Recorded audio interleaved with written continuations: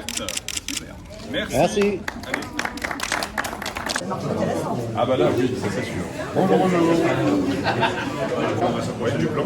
Il y a deux parties. Ouais, donc on a la partie avec un bonjour. Ça pourrait être du plan. Il y a deux parties. Ouais, donc on a la partie par laquelle on va commencer qui est la partie entreprise. Là on va arriver comme classiquement. Oui, un petit peu, ouais. Ah bah c'est super, ça c'est une bonne chose.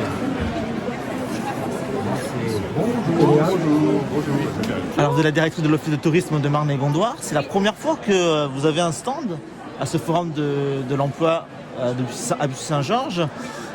Combien d'offres d'emploi vous proposez? Alors là, on en a une douzaine. Pas sur l'Office de tourisme pur, mais la démarche était de recenser l'ensemble des offres d'emploi. Par exemple? Par exemple, on a l'hôtel-restaurant Le Quincamgrogne qui a 3 offres.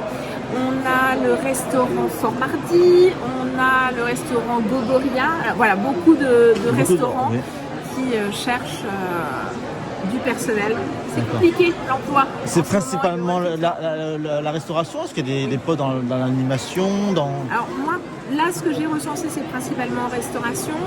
Sur l'Office de tourisme en lui-même, nous avons un poste de conseiller en séjour saisonnier et 2 offres de stage. Mais la saison commence quand alors du coup? En juin. En juin, Oui. Donc c'est pour 3 mois? Là, 4 mois jusqu'en septembre. 4 mois, donc c'est un profil plutôt étudiant, plutôt... Alors, un profil d'accueillant, voilà, D'accord. le sourire, l'empathie, le sens de l'accueil et de l'hospitalité. Voilà, avoir envie d'accompagner les gens, de leur faire découvrir ce magnifique territoire qu'est Marne et Gondoire. Donc les gens qui souhaitent postuler, qui ne peuvent pas venir à ce forum, peuvent... Ils peuvent envoyer un mail à officetourisme@marnegondoire.fr et puis on leur répond quoi qu'il advienne.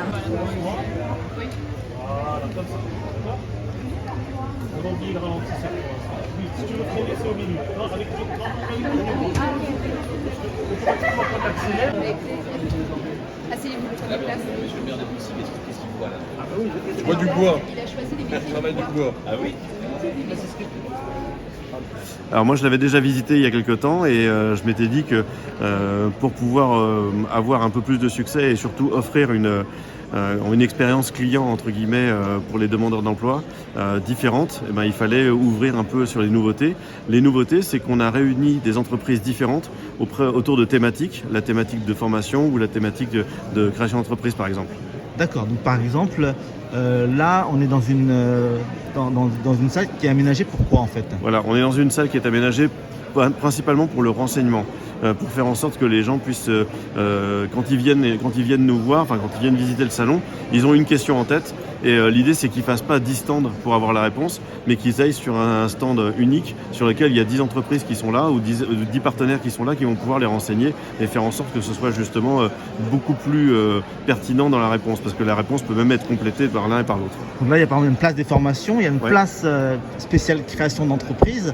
J'ai vu aussi que vous avez invité l'Office de tourisme de Marne et Gondoire. Oui, parce qu'on a deux stands qui fonctionnent de la même manière. C'est l'Office de tourisme et puis le stand de la ville de Bussy. Le stand de la ville de Bussy a récupéré les offres de tous les commerçants du centre-ville qui ne peuvent pas être là juste pour recruter un serveur ou un boucher. Et pour Marne et Gondoire, c'est pareil, c'est-à-dire qu'on a l'Office de tourisme qui vient représenter toutes les entreprises de tourisme de Marne et Gondoire avec des offres tant dans la restauration que dans l'animation loisirs, etc., etc. Un bilan très positif parce que déjà on a de plus en plus d'entreprises qui nous font confiance et qui viennent, des entreprises et des partenaires, comme vous le voyez derrière moi, notamment sur toute la partie formation, création d'entreprise. Donc c'est une nouveauté dans cette salle-là en tout cas.